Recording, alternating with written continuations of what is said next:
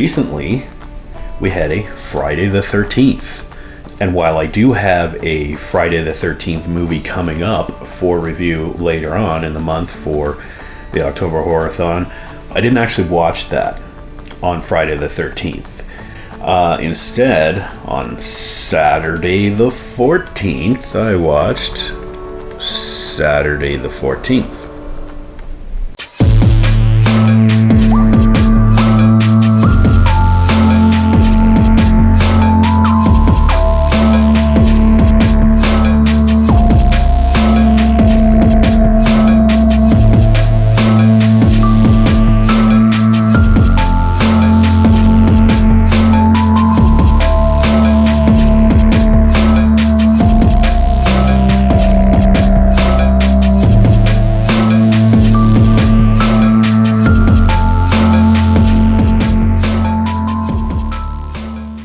Saturday the 14th. This is a movie from 1981, indirectly brought to you by Roger Corman.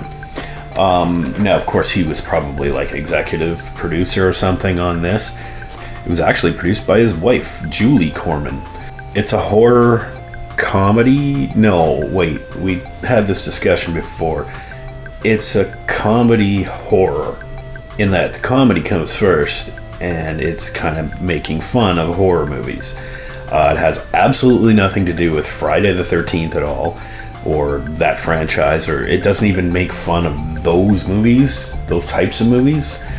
It more makes fun of the old, vampires and Creature from the Black Lagoon and old, like, Universal horror movies and black and white scare fests that you used to get back in the 30s and 40s and 50s. And it is so dumb. It is, you remember how I was just saying, yeah, I'm going to bring you a lot of great horror movies this year. Well, this ain't one of them. Even as a comedy horror, which a lot of those I really like. Let's say, something like Army of Darkness, Wolf Cop, those kinds of movies, Velocipaster. Those are comedy first, horror second. Saturday the 14th, unfortunately, is closer to Dracula, Dead and Loving It. And while I didn't hate Saturday the 14th quite as much as that, it's the same formula. It doesn't actually have anywhere near as many jokes as Dracula, Dead and Loving It, but the jokes that are in there they're pretty lame. It's about a family that moves into this, haunted house that they inherited from an uncle or something who passed away. Meanwhile, there's vampires that are interested in this house as well, because somewhere in the house is the Book of Evil or something like that, and the kid of this new family that moves in opens the book and starts reading it, and then releases all these, monsters and things into the world. And yeah, it's pretty dumb. But that concept in the right hands probably would come off a lot better than this.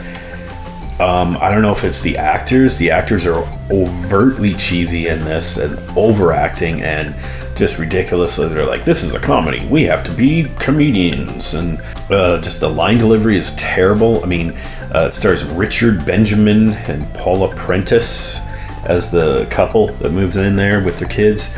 I don't know. Apparently they're this husband and wife acting team that's in everything together, and I don't really recognize them, and I don't care. They're just not funny. They're, I guess, semi-charismatic, but just the story itself is so dumb. And yeah, basically it's a haunted house, and like vampires want to come and take over the haunted house and get the power of this book or whatever. And then there's like Van Helsing is like an exterminator to get rid of the monsters or something, but then it turns out he's evil too, and he wants the book for himself, and that's the gist of the story. But also there's Jeffrey Tambor in here. Jeffrey Tambor is an actor that kind of redeemed himself in the new millennium, but he'd be that like cheesy guest star comic actor that would always show up. I think he played like 4 different roles on Three's Company back in the day. Then he was in a lot of cheesy stuff. Always been a comedic actor. He's not very funny in this movie at all. He plays a vampire and he has a fake accent, and yeah, I don't know. I don't want to waste too much time talking about this movie because I really don't recommend this.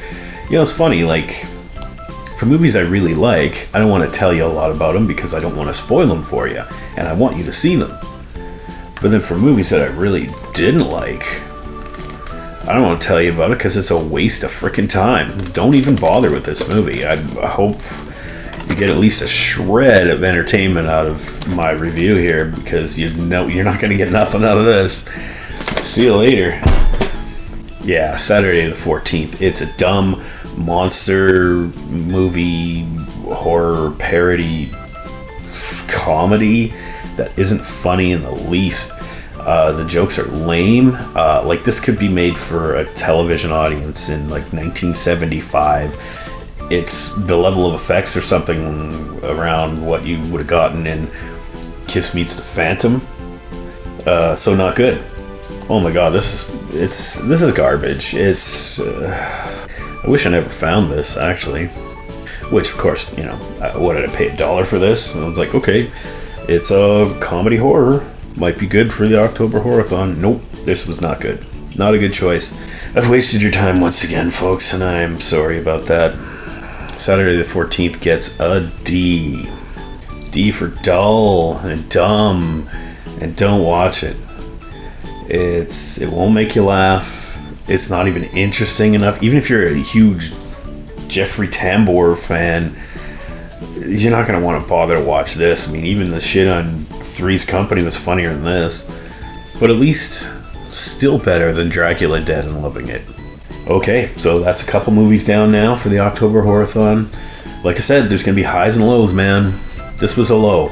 I don't think it's going to be the lowest, but we'll see. We're only a couple of videos in now, and I know there's some better ones coming.